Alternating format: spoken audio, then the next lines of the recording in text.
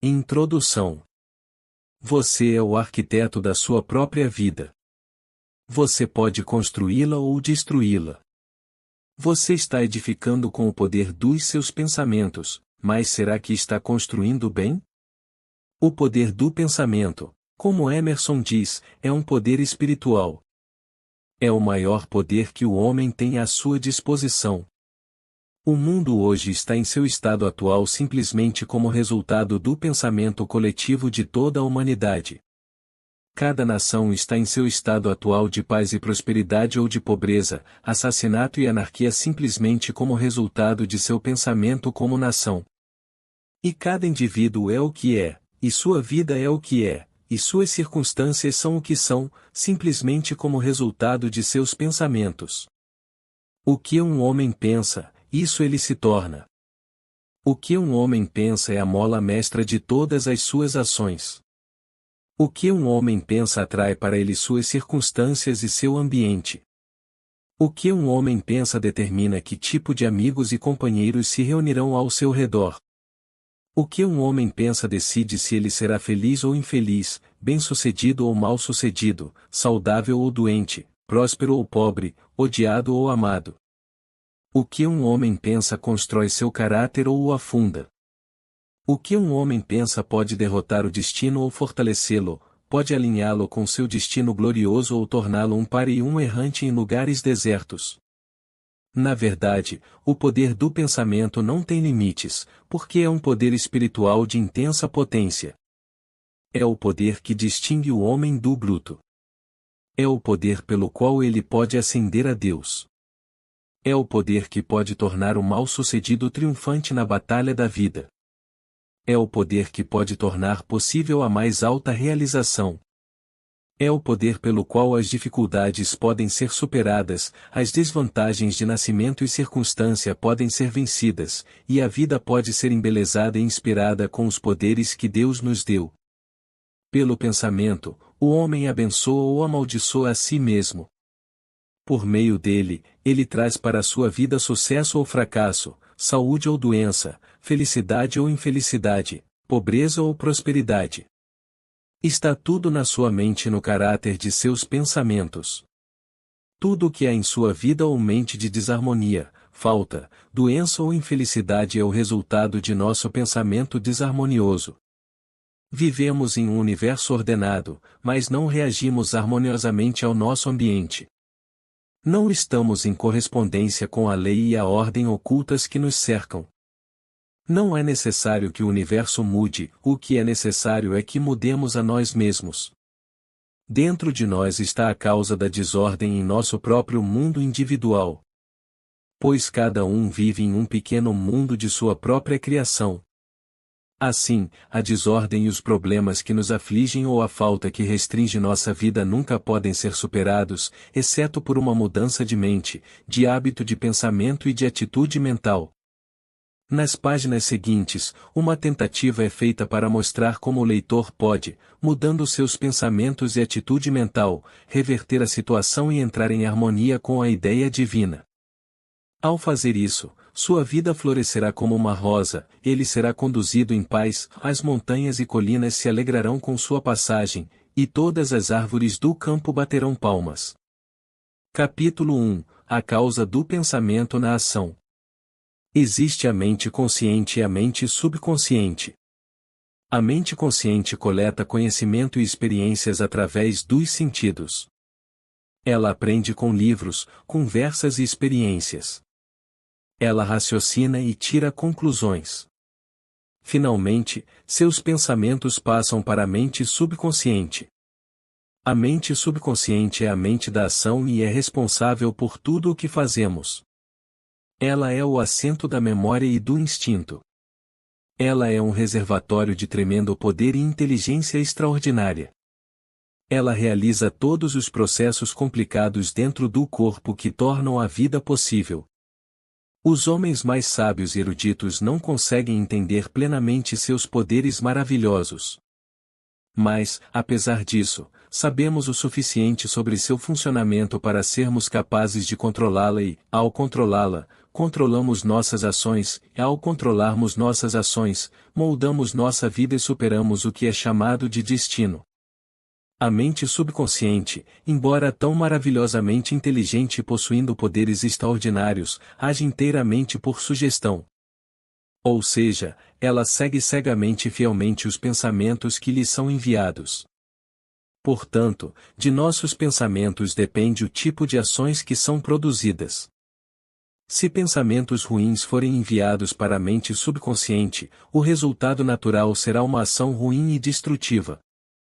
Se alguém tem pensamentos de fraqueza e fracasso, então inevitavelmente serão produzidas ações fracas, levando ao fracasso. Por outro lado, se você tiver bons pensamentos, produzirá boas ações construtivas, e se tiver pensamentos fortes e cheios de sucesso, produzirá ações robustas e positivas, que levarão ao sucesso e à realização. É impossível ter pensamentos ruins e realizar boas ações. Muitos tentaram. Disseram: serei exteriormente respeitável e irrepreensível na vida, embora secretamente pensarei esse pensamento e o abrigarei em meu íntimo porque é agradável, mas não o deixarei ir mais longe, porque sei que fazer o mal leva ao naufrágio e ao desastre. É por isso que enganarei até mesmo meus melhores amigos. Exteriormente, serei tudo o que deveria ser, mas em meu mundo de pensamentos, serei perverso. A minha será uma vida dupla. Para os outros, serei uma coisa, e em meu mundo de pensamentos, outra diferente. Assim, poderei desfrutar do mal em meus pensamentos e escapar de suas tristezas. Essa pessoa não conta com o poder e a fidelidade da mente subconsciente. Cada pensamento ruim que ela entretém e alimenta age como uma poderosa sugestão para esse gigante paciente, até que, finalmente, ele não aguenta mais e explode em vida na forma de um curso de ação maligna que é uma réplica exata dos pensamentos que foram abrigados. Isso explica por que tão frequentemente pessoas que sempre foram exemplares em sua conduta de repente erram e afundam na ruína. Elas estão simplesmente colhendo a colheita de seus pensamentos. Enquanto isso é verdade para a maioria daqueles que se entregam a pensamentos secretos de maldade, há aqueles que, por falta de coragem ou oportunidade, não explodem ou não podem explodir em ação maligna com seus pensamentos maus. Eles despertam certas emoções que não podem ser satisfeitas e que, portanto, precisam ser reprimidas. O efeito da repressão é uma doença crônica, que nenhum conhecimento médico pode curar, ou uma doença orgânica, que está além da arte do homem curar. O leitor não deve imaginar, no entanto, que todos os que sofrem dessa maneira tenham sido culpados de maus pensamentos. Mas a prática é certamente uma das maneiras pelas quais algumas pessoas podem e de fato destroem a si mesmas. Este exemplo é dado meramente como uma ilustração do efeito do pensamento ruim, e a maioria das pessoas já viu evidências disso entre seus amigos e parentes. A maioria dos meus leitores, sem dúvida, estará acima desse tipo de pensamento, mas a mesma lei age com todos os tipos de pensamento que são enviados para a mente subconsciente. Existem dois tipos de pensamento, a saber, construtivo e destrutivo, às vezes chamados de positivo e negativo. Depende do tipo de pensamento em que persistimos e enviamos para a mente subconsciente o que nossas ações na vida serão. Se permitirmos que nossa mente habite pensamentos destrutivos e negativos, e isso, infelizmente, é frequentemente o caso, pois não requer esforço, então a ação destrutiva e negativa será o resultado inevitável. Por outro lado, se tivermos pensamentos positivos ou construtivos, e para isso é necessário esforço, assim como é necessário esforço para subir uma colina, então a ação construtiva ocorrerá como um resultado natural. Assim, um homem que se entrega ao ódio e medita sobre seus ressentimentos será induzido a pensar em assassinato, e se ele se deleitar em pensamentos de assassinato, chegará um momento em que ele poderá tentar tirar uma vida. Por outro lado, se o mesmo homem desviar sua mente de seus ressentimentos e pensar em perdão, ou melhor ainda, se ele amar ou manter pensamentos de boa vontade para com quem o ofendeu, então sua vida será feliz e pacífica e, em seu sentido mais elevado, bem-sucedida. Por outro lado, um homem que se entrega a pensamentos fracos e temerosos, que teme que seus negócios fracassem, que teme que sua sorte o abandone, que teme que surja concorrência que ele não será capaz de enfrentar, provavelmente falhará, porque todas as suas ações serão fracas e hesitantes e carecerão da força e da decisão necessárias para alcançar o sucesso.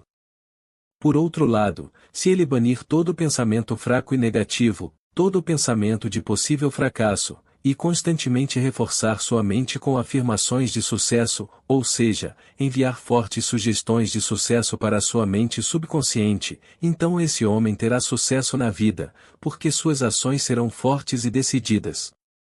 Quando enfrentar grandes dificuldades, descobrirá que sua mente subconsciente lhe proporcionará uma energia maravilhosa, resistência, grande coragem e determinação. Isso acontece simplesmente porque ela foi treinada pelo pensamento correto para enfrentar esses desafios. Capítulo 2 – O segredo da automelhoria. Aceitar cegamente a sugestão que é sussurrada para ele pode parecer um total disparate para a maioria dos nossos leitores. Embora o autor esteja relutante em aceitar tal ensino em sua forma crua, ele acredita que há uma quantidade considerável de verdade nisso. No entanto, não é aconselhável brincar com a mente subconsciente dessa forma. Hoje em dia, muitos sofrem os efeitos de experimentos imprudentes realizados sem conhecimento ou experiência. Molde a vida como argila nas mãos do oleiro. Por que é tão importante pensar corretamente? É importante porque influencia nossas ações. É importante porque forja o caráter e uma mente firme. É importante porque nosso bem-estar e o sucesso de toda a nossa vida dependem disso. É importante porque, através do pensamento correto, podemos superar sugestões prejudiciais. Primeiro, devemos perceber que o pensamento é a causa de nossas ações e decisões. Isso se deve, em grande parte, ao fato de que nossas circunstâncias dependem dos nossos pensamentos. Se, por exemplo, não superarmos as dificuldades da vida em nossos pensamentos, nunca seremos capazes de superá-las na experiência real. Com isso, quero dizer que nossas dificuldades devem ser enfrentadas com coragem e superadas em pensamento, se algum dia esperarmos realmente superá-las. De certa forma, é um bom conselho dizer às pessoas para não se preocuparem com seus sofrimentos e pensarem em coisas agradáveis. Mas isso pode levar a um hábito de pensamento quase tão destrutivo quanto obcecar-se pelos problemas. Essa aplicação negativa de algo que pretende ser um bom conselho é responsável pelo fracasso daqueles que dizem: tentei pensar corretamente, mas não faz diferença. A razão pela qual não faz diferença é que isso não é pensamento correto, mas uma forma de pensamento errado. Essas pessoas dizem: eu nunca permito pensamentos errados sobre meus problemas. Recuso-me a pensar neles. E é aí que está o problema. Em vez de enfrentar os problemas da vida com coragem e superá-los com o pensamento, essas pessoas fogem deles. Assim que a mente se depara com um pensamento desagradável, com o pensamento de um dever irritante a ser realizado, de uma crise a ser enfrentada ou de uma dificuldade a ser superada, a mente o evita e passa a pensar em algo mais agradável. Aquele que diz o eu nunca penso nos meus problemas ou e foge de pensamentos desagradáveis desse tipo, descobre que nunca pode superar as dificuldades reais quando elas surgem em sua vida. E, de fato, seu chamado ao pensamento correto o impede de tomar decisões e de lidar firmemente e sensatamente com suas dificuldades. Devemos primeiro superar nossos pensamentos se algum dia quisermos superá-los na experiência real. O mundo pode ser dividido em duas classes de pessoas: uma, aquelas que superam a vida, e duas, aquelas que são superadas pela vida. Aqueles que superam as dificuldades da vida são aqueles que o fazem com o pensamento. Aqueles que são superados pelas dificuldades da vida são aqueles que não as superam com o pensamento. Mesmo que o segundo grupo não tenha praticado deliberadamente a fuga de pensamentos desagradáveis em uma tentativa equivocada de seguir uma linha de pensamento que erroneamente acreditam ser correta, eles ainda são passivos, ou seja, falham em superar, através do pensamento, a dificuldade que eventualmente deve ser superada na experiência real. O segredo de superar está na vitória do pensamento. Se continuamente nos superamos em nossos pensamentos, desenvolvemos uma mente firme. Sem uma mente firme, é impossível vencer na batalha da vida. Por outro lado, não há dificuldade capaz de ser superada pelo ser humano que não possa ser vencida por uma mente firme. Na verdade, se a mente de um homem é constantemente direcionada para um certo objetivo, ela não só terá sucesso, mas as coisas mais notáveis podem ser realizadas, apesar de qualquer expectativa contrária. A mente torna-se poderosa e cresce em força quando confrontada com uma dificuldade em pensamento. Avança em direção à dificuldade em pensamento e, em seguida, dá-lhe o ímpeto de toda a sua mente e vontade, e assim o homem avança em sua totalidade através da dificuldade para o outro lado, alcançando a vitória. Isso gera um poder interior que é cumulativo, o que, quando nos deparamos com nossa dificuldade na experiência real, nos ajuda a superá-la com sucesso. Isso é muito diferente de se preocupar com as coisas. Preocupar-se é destrutivo.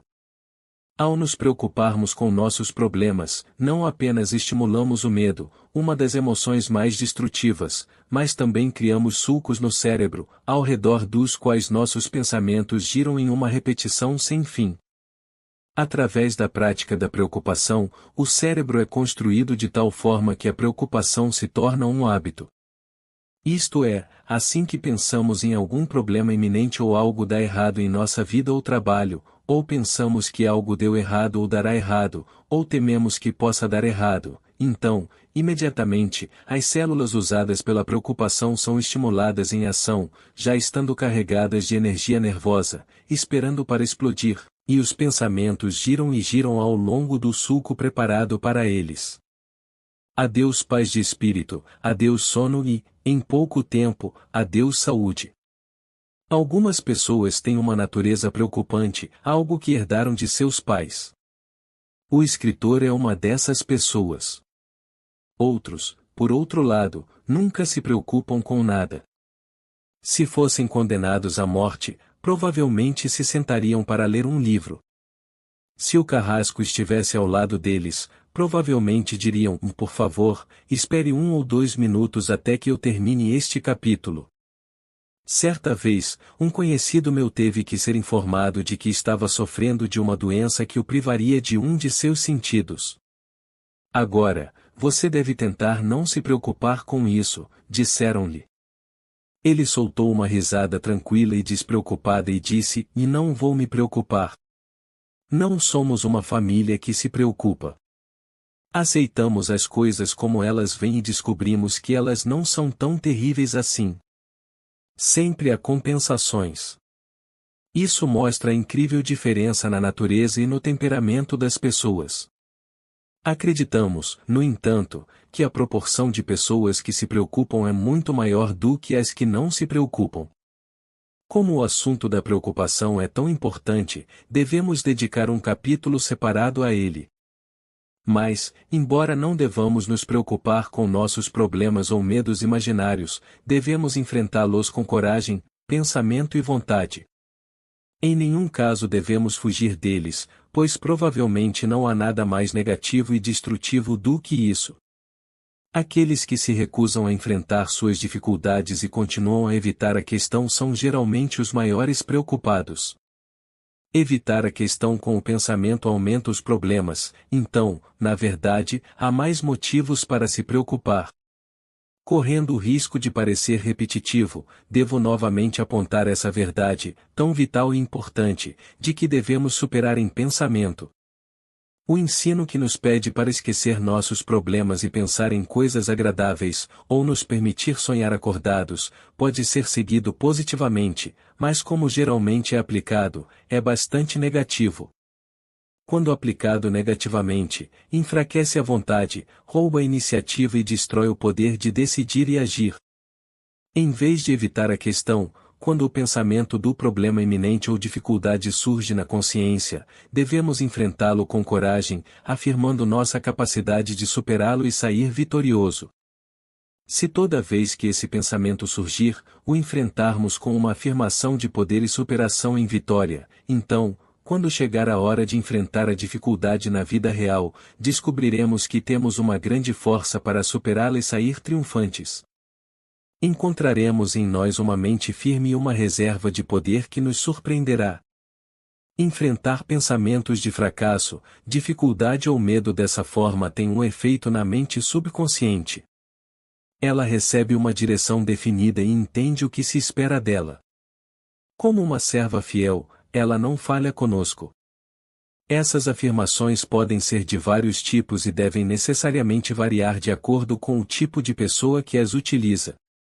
Para uma pessoa, nenhuma afirmação que não seja bíblica e devocional pode ser útil.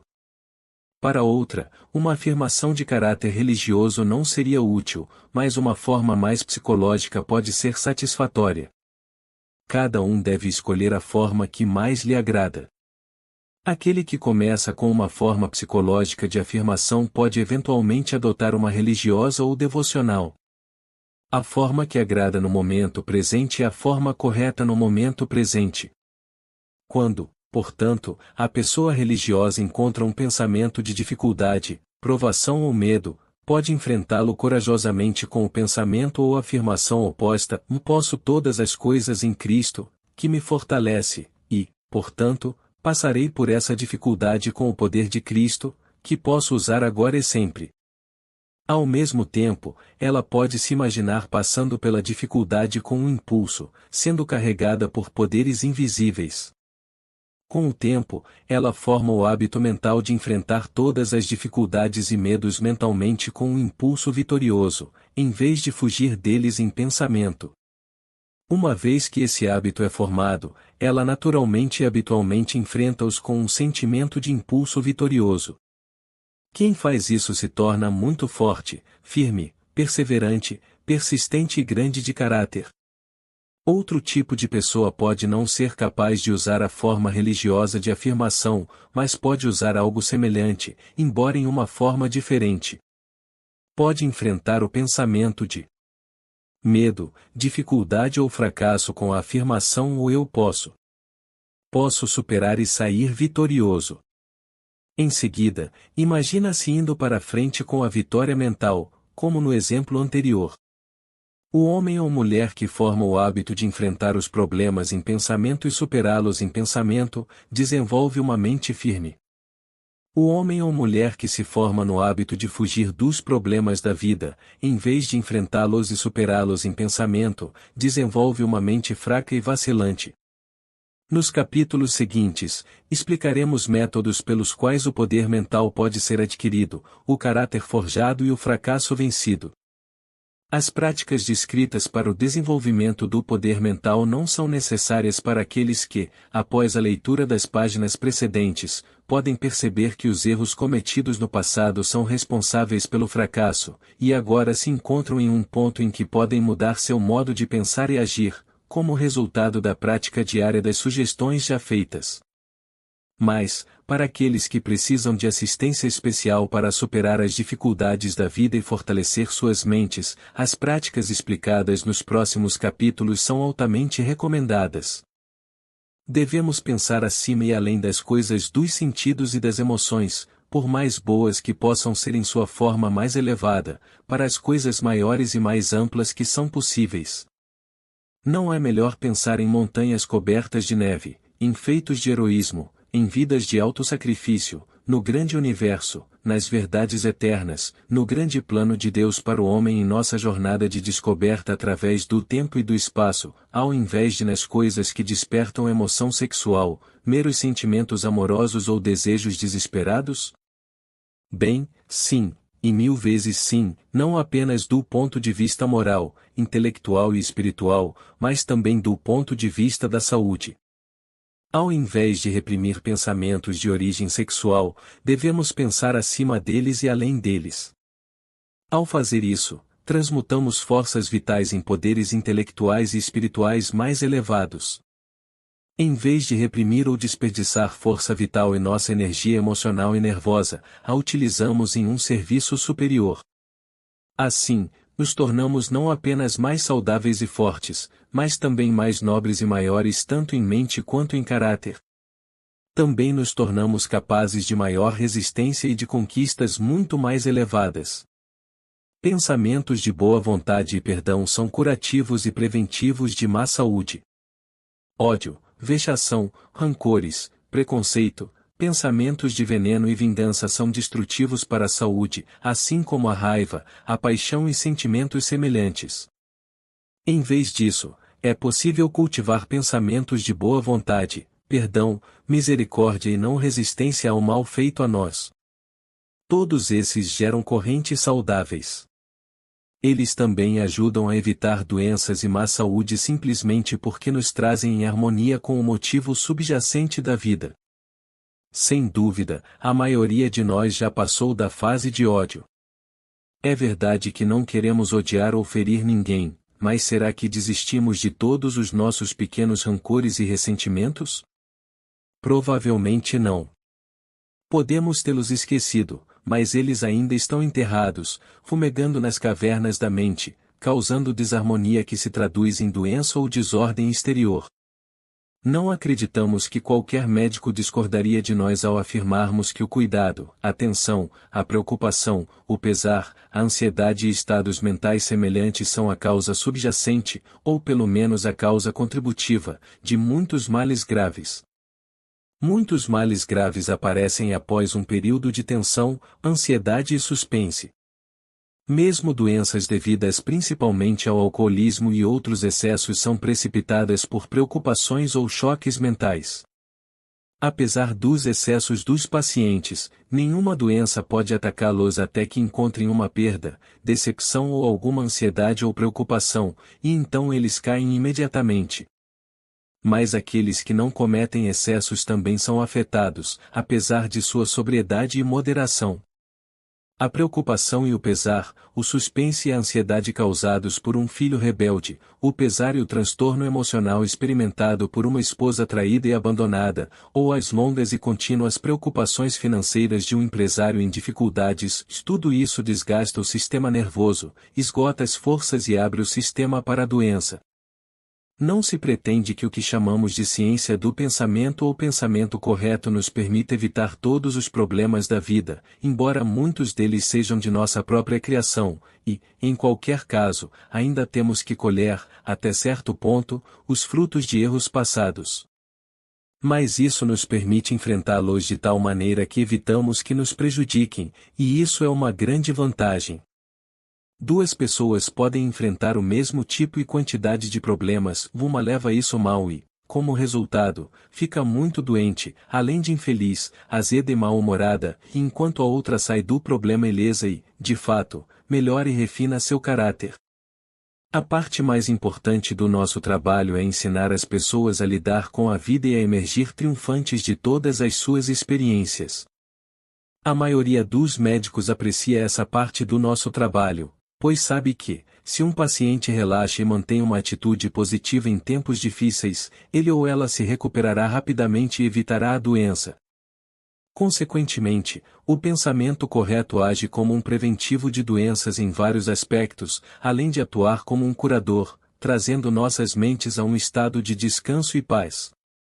Fundamentalmente, a causa de toda desordem reside na separação da ordem divina. Se todos pudéssemos nos tornar perfeitos e estar completamente alinhados com o divino, não experimentaríamos sofrimento e problemas. A causa do nosso sofrimento é que não estamos em harmonia ou correspondência com a ordem divina perfeita. Deus não nos pune, ou nós nos punimos, ou melhor, nosso mal nos pune. O mal é sua própria punição. Estar separado da ordem divina explica tudo. O filho pródigo não foi punido por seu pai, ele se puniu, separando-se da casa paterna e vagando por um país distante. Quando voltou, foi perdoado, e tudo foi harmonia e alegria. Em linguagem moderna, temos que retornar de nossa vida de separação em pensamento, desejo, emoções e afeições para o centro de toda a vida, ordem e harmonia, e nos unirmos a isso. Isso significa que, em primeiro lugar, devemos possuir o desejo de fazê-lo e, em segundo lugar, devemos trazer todos os nossos pensamentos em consonância com o divino interior. Claro, tal coisa seria impossível se não fosse pelo fato de que aquele que aspira recebe ajuda do próprio céu. Todos os poderes das trevas se levantam para impedir isso, se puderem, mas há alguém que já trilhou esse caminho antes de nós, que foi tentado da mesma maneira e que, no entanto, venceu uma grande vitória. Não eu, mas Cristo, disse São Paulo, e esse é o segredo do sucesso no controle do pensamento. Capítulo 3 – O poder de atração do pensamento. Há dois provérbios antigos que são bem conhecidos e frequentemente citados, mas cujo significado psicológico profundo talvez não seja totalmente apreciado. Um é, pássaros da mesma pena voam juntos, e o outro é, diga-me com quem andas, e te direi quem és. A fonte dessa atração está, em grande parte, no pensamento de um homem. Quando abrigamos pensamentos de um certo tipo, atraímos pessoas com um tipo de pensamento semelhante.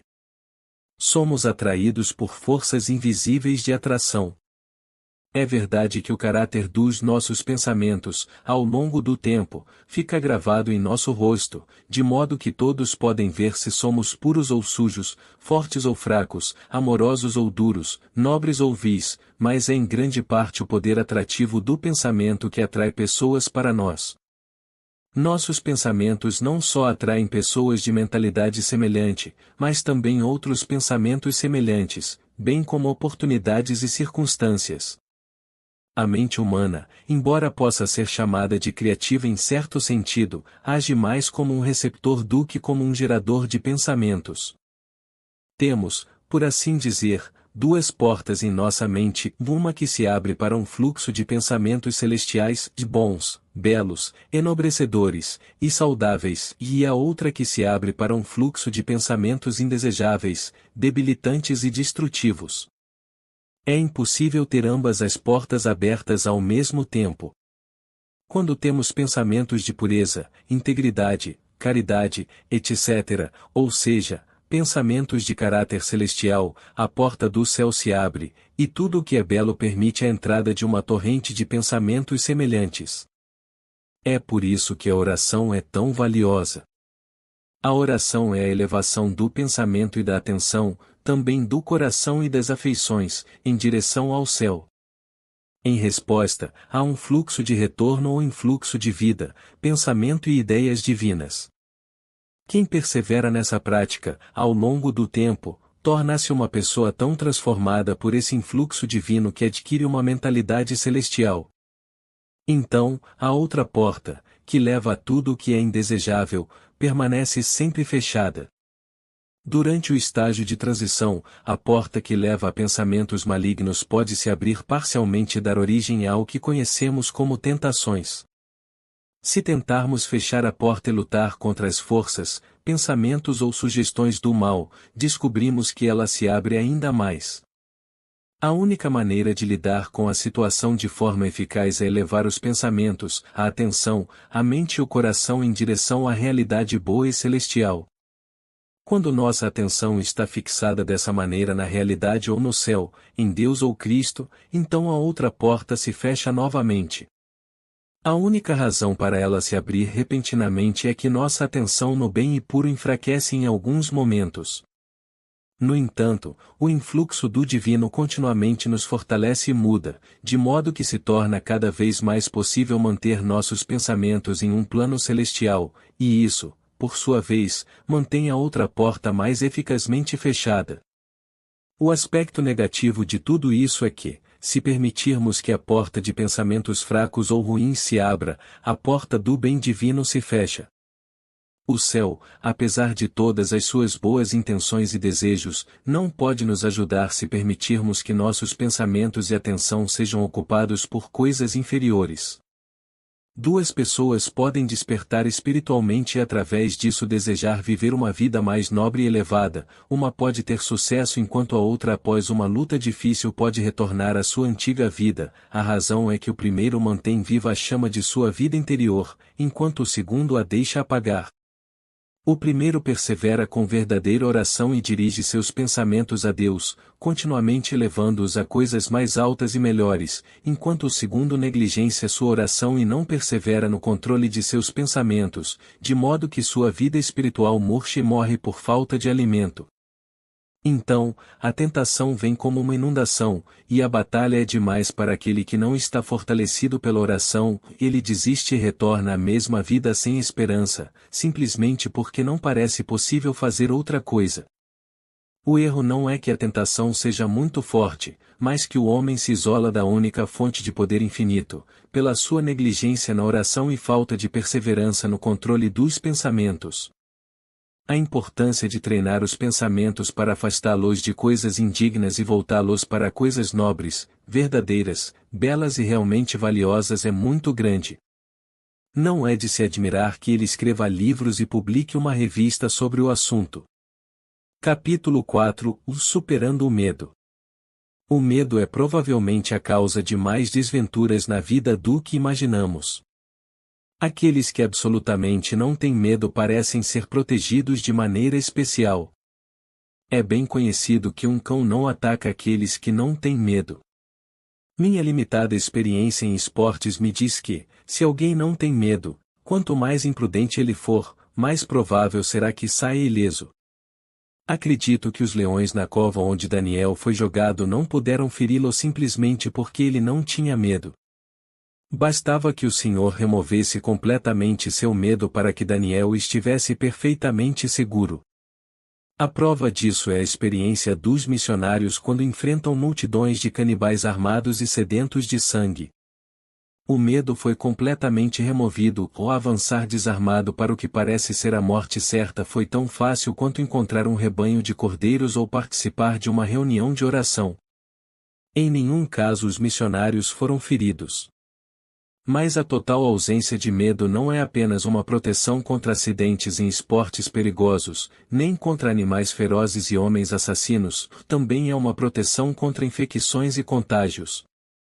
Napoleão visitava os doentes com peste para mostrar aos outros que a doença não poderia afetar quem não a temia. Conheci um homem que costumava visitar hospitais de varíola e peste, mas nunca contraiu nenhuma das doenças, apesar do fato de que ele costumava se ajoelhar e orar ao lado das camas dos pacientes, inalando micróbios aos milhões. Sua única salvaguarda era seu pensamento, ele se recusava a admitir que micróbios pudessem prejudicá-lo, ou seja, ele confiava em Deus, e portanto, não tinha medo. Ele demonstrava a verdade absoluta do Salmo 91. Assim, vemos que, em certo sentido, não são os micróbios que nos tornam presas das doenças epidêmicas, mas o pensamento de medo é o fator decisivo. Duas pessoas são expostas à mesma infecção, uma adoece, a outra não é afetada. Por quê? Pode-se dizer que a que escapa é mais robusta e resistente, mas isso nem sempre é o caso, pois muitas vezes os fortes são capturados e os fracos são abandonados. Pode-se dizer ainda que a que escapa possui maior poder de resistência, e isso é verdade, mas não se deve isso, em grande parte, à mente. Aquele que tem uma mente mais positiva é o que é imune. Admitindo, então, a necessidade e o desejo da ausência de medo, como superamos nosso defeito hereditário? A maioria de nós abriga algum tipo de medo, pois mesmo que não tenhamos medo de nada, podemos ter outros medos escondidos nas cavernas ocultas de nossa mente. Podemos ser fisicamente corajosos e ainda assim temer por nossos negócios, nossa profissão ou nosso emprego. O espectro sombrio do desemprego, da falência, do fracasso pode nos assombrar dia e noite. Por outro lado, podemos não temer essas coisas, mas tememos doenças, infecções, contágios, correntes de ar, etc., de modo que cada nova epidemia nos enche de apreensão e medo. Como superar esses medos? Da mesma forma que você acalma os medos de uma criança pequena que acorda à noite e tem medo do escuro. Primeiro, você diria a ela que não há nada a temer. Em seguida, você poderia argumentar com ela, mostrando que o quarto é o mesmo quando está escuro e quando está iluminado, e que as coisas que ela teme estão apenas em sua própria mente. Se isso não for suficiente, então diga a ela: eu ficarei com você e segurarei sua mão para que você saiba que tudo está bem e que não há nada a temer. Sentindo sua presença ao seu lado e estando completamente segura de seu poder e disposição para protegê-la, ela logo cai em um sono tranquilo. Agora, devemos tratar a nós mesmos da mesma maneira. Somos criaturas muito complexas e podemos conversar, discutir e raciocinar conosco mesmos. Prosseguimos exatamente da mesma forma que fazemos com nossa pequena criança. Primeiro de tudo, dizemos a nós mesmos: e não há nada em todo o universo que possa me fazer ter medo. Isso não é um mero alarde vazio, é uma afirmação da verdade. Não queremos dizer com isso que somos tão fortes que podemos enfrentar e vencer todos os poderes do mal. O que isso significa é que, tendo nos aliado aos anjos, os anjos se aliaram a nós em resposta, por assim dizer. Significa que nos alinhamos com a harmonia interior do universo, a ordem divina que nada pode destruir e sobre a qual as forças da desordem não têm poder algum. Significa que, por trás de nós, há todo o poder das forças divinas ocultas que nos empurram para a consumação gloriosa, projetada e planejada para nós nas profundezas da mente divina e no coração do amor infinito. Portanto, podemos usar as palavras de Edward Carpenter: todas as forças divinas apressam-se a suprir minha eterna alegria. Ao fazer isso, podemos sentir e perceber que é exatamente como afirmamos, que realmente há forças divinas por trás de nós, nos empurrando para uma vida mais plena e rica, e nos elevando a coisas mais altas e melhores. Se você achar essas afirmações ou invocações muito avançadas, elevadas ou fantásticas para você, pode facilmente escolher palavras próprias que sejam eficazes em seu caso, mas siga o mesmo processo. É melhor usar o negativo primeiro e depois o positivo. Mas, como nosso filho imaginário que tinha medo do escuro, podemos sentir a necessidade de algo mais. Ele queria que ficássemos com ele e segurássemos sua mão, para que pudesse sentir e perceber que estávamos com ele para protegê-lo e guardá-lo. Da mesma forma, podemos invocar e perceber a presença do Onipotente e Eterno. Há um que venceu o mundo e derrotou todos os poderes do mal, que glorificou sua humanidade e abriu o caminho para nós através de seu próprio sacrifício. Ele nos disse: eu não vos deixarei, assim como disse: eis que estou convosco todos os dias, até o fim. Capítulo 5. Não a demanda, mas a obediência. O iniciante pode naturalmente pensar que, tendo descoberto o imenso poder do pensamento, tudo o que ele precisa fazer é usá-lo conforme sua vontade. Mas provavelmente não há erro maior do que esse. É porque o pensamento é tão poderoso e seus efeitos tão abrangentes que é importante que treinemos nossos pensamentos para corresponder às leis internas do universo. Cada um de nós é parte de um todo completo, ou Deus é nosso Pai ou centro, e todo homem é nosso irmão. Somos servos uns dos outros. Até percebermos isso, não estaremos em harmonia com a vida e o universo, não apenas em nossas ações, mas também em nossos pensamentos. Se tivermos uma ideia errônea da vida, todos os nossos pensamentos serão naturalmente errôneos também. Foi dito que só podemos conquistar a natureza obedecendo às suas leis. É igualmente verdadeiro que só podemos conquistar a vida obedecendo às leis da vida. Se nossos pensamentos não estiverem em harmonia com o propósito da vida, tornamo-nos manchas de praga no corpo cósmico. Somente quando nos tornarmos irmãos da humanidade, vivendo em sintonia com as leis da vida e com o grande esquema do universo, poderemos experimentar harmonia em nós mesmos. Só então nossa vida poderá alcançar a verdadeira realização no sentido mais elevado da palavra. É possível exigir da vida e obter o que se exige. Isso leva ao sucesso, obtido, é claro, ao custo de muito trabalho e sacrifício. Todos nós temos que pagar por nossas realizações, aqueles que não estão dispostos a pagar não podem alcançar nada. É precisamente porque as realizações exigem tanto de nós em termos de caráter, paciência, perseverança, constância, sacrifício que elas se tornam valiosas como construtoras de caráter. Manter o sucesso e permanecer inabalável por ele exige maiores qualidades de caráter do que sua obtenção. Mas todas essas realizações não podem trazer nem felicidade nem harmonia se forem exigidas da vida de forma egoísta, sem consideração pelos outros, sem consideração por Deus. Não pode haver felicidade, paz ou harmonia se alguém exigir da vida de forma egoísta. É verdade que há um momento em que o iniciante usa seu poder de pensamento para obter o que quer, mas é um estágio baixo e imperfeito do progresso espiritual. Em certo sentido, podemos dizer que é correto que ele faça isso, pois ao exercitar seu poder ele aprende. Cada um de nós deve atravessar o vale da experiência para sair no topo da montanha do entendimento, onde a paz que ultrapassa a compreensão o aguarda. No entanto, é preciso cuidado, pois essa forma egoísta de oração, se exigência, sempre causa reações. Se pedimos sucesso, ele pode vir, mas provavelmente seremos privados de alguma coisa que não consideramos, somos deixados em paz para resolver as consequências de nossas demandas. Mesmo que todos os obstáculos pareçam removidos por nossas exigências, mesmo que possamos seguir nosso próprio caminho, a harmonia e a felicidade não são alcançadas assim. Por isso, devemos ter muito cuidado com nossos pensamentos, pois, como vemos, a harmonia interior depende não apenas da correção externa, mas também da harmonia entre nossa vida de pensamento e a vida interna do universo. Não adianta um homem curar a si mesmo, se em sua vida de pensamento ele é um perigo para os outros.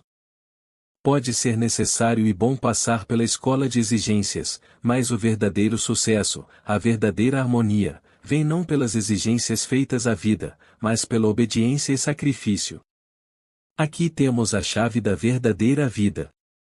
Exigir da vida pode ser necessário para o iniciante, mas não é suficiente para a vida superior.